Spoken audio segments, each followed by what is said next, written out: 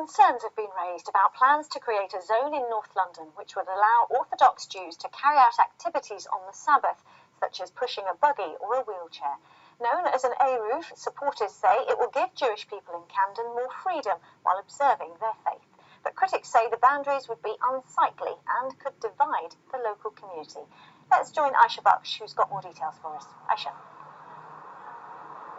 Well, Riz, I'm next to the hustle and bustle of Camden Market, which is part of the proposed area. Now, the Eruv is a symbolic concept from Orthodox Judaism, but it's one that's currently being grappled by planners here at the local council. We have to work out how to incorporate the ancient rituals of a thousand-year-old religion into the modern bureaucracy of a metropolitan London.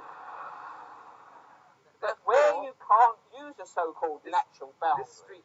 The first Eruv boundary was constructed in the suburbs of North London with much opposition, and now, over a decade on, this symbolic application of Jewish law has again come under scrutiny. The Eruv allows the strict conditions of the Sabbath, the Jewish day of rest, to be relaxed, and Orthodox Jews can leave the house carrying objects otherwise prohibited. That's the Southampton Synagogue, and one is over here, which is the Hampstead Synagogue in West Hampstead. Plans for a new 6-mile perimeter boundary, this time in Camden, have been submitted to the local council. Daniel Rosenfelder, along with 2 synagogues, drew up the proposal. That alleviates the problems on Saturdays and Friday night on the Sabbath for people who are wheelchair users or small children and their carers, that they can actually leave the house pushing a buggy or a wheelchair or a pram. But the Eruv is not a wall. It's a mixture of pre-existing structures with carefully placed posts and wires. It marks out the borders where Orthodox Jewish communities live and worship. One 11-mile boundary is already in Golders Green and Finchley. Another has been partly approved in Brondesbury, and the latest could cover Hampstead, Chalk Farm and Camden Town.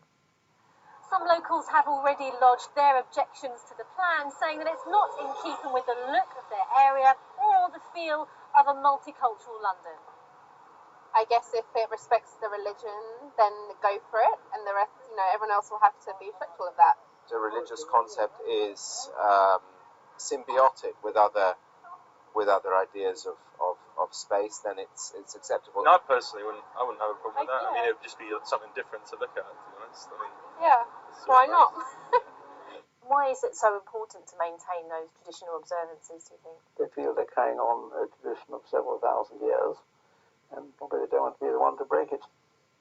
Daniel and others must wait for the council now to decide on how this ancient religious concept is applied to modern planning laws. Aisha Baksh, BBC London News.